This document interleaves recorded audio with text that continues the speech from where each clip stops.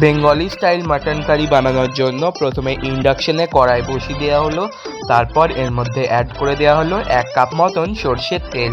দেখতেই পাচ্ছেন আস্তে আস্তে সর্ষের তেলটা গরম হয়ে গেল।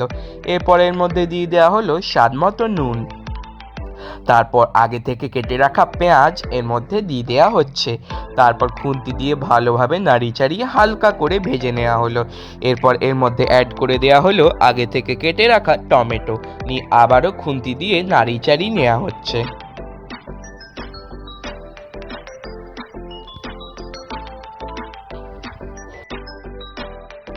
এরপর দেয়া হলো পরিমাণ মতন হলুদ গুঁড়ো।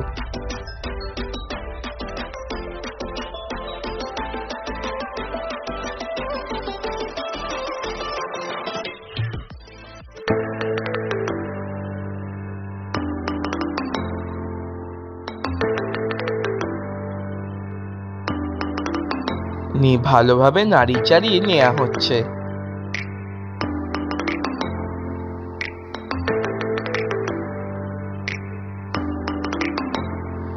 এরপর এর মধ্যে অ্যাড করে দেওয়া হচ্ছে জিঞ্জার অ্যান্ড গার্লিক পেস্ট।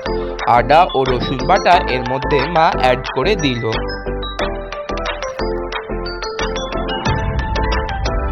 এরপর এর মধ্যে দিয়ে দেওয়া হচ্ছে ধনে এবং জিরে বাটা। দেখতে পাচ্ছেন ধনে এবং জিরে বাটা অ্যাড করে দেওয়া হলো। তারপর দিয়ে দেওয়া হচ্ছে সামান্য পরিমাণ চিনি। এরপর খুন্তি দিয়ে ভালোভাবে নাড়ি চাড়িয়ে মশলাটা কষিয়ে নেওয়া হচ্ছে। এরপর এর মধ্যে দিয়ে দেওয়া হলো স্বাদ মতো নুন।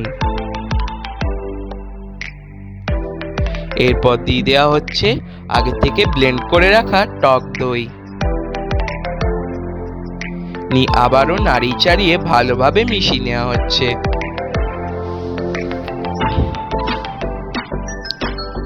এরপর দেখতে পাচ্ছেন রেডি করে নেওয়া হলো আগে থেকে সেদ্ধ করে রাখা মাটন এবং মাটনের স্টকটা। এরপর আগে থেকে সেদ্ধ করে রাখা মাটন আমরা রান্নাটায় অ্যাড করে দেওয়া হলো।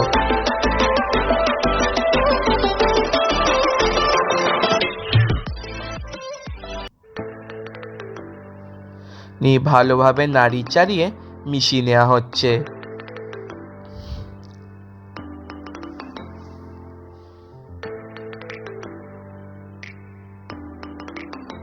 এরপর এর মধ্যে অ্যাড করে দেওয়া হলো মাটনের স্টকটা।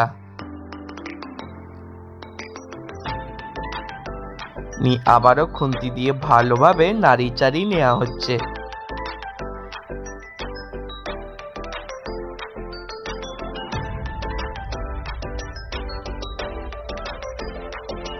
এরপর এর মধ্যে দিয়ে দেওয়া হলো আগে থেকে সেদ্ধ করে রাখা আলু। তারপর দিয়ে দেওয়া হচ্ছে 5-6টা কাঁচা লঙ্কা। আলুগুলো সেদ্ধ করে নেওয়ার সময় পরিমাণ মতো নুনও দেওয়া হয়েছিল। এরপর দেখতেই পাচ্ছেন সুন্দরভাবে ফুটে রান্না হচ্ছে। রেডি হয়ে গেল আমাদের সুপার টেস্টি মাটন কারি। এই রেসিপিটা অবশ্যই একটা ট্রাই করবেন।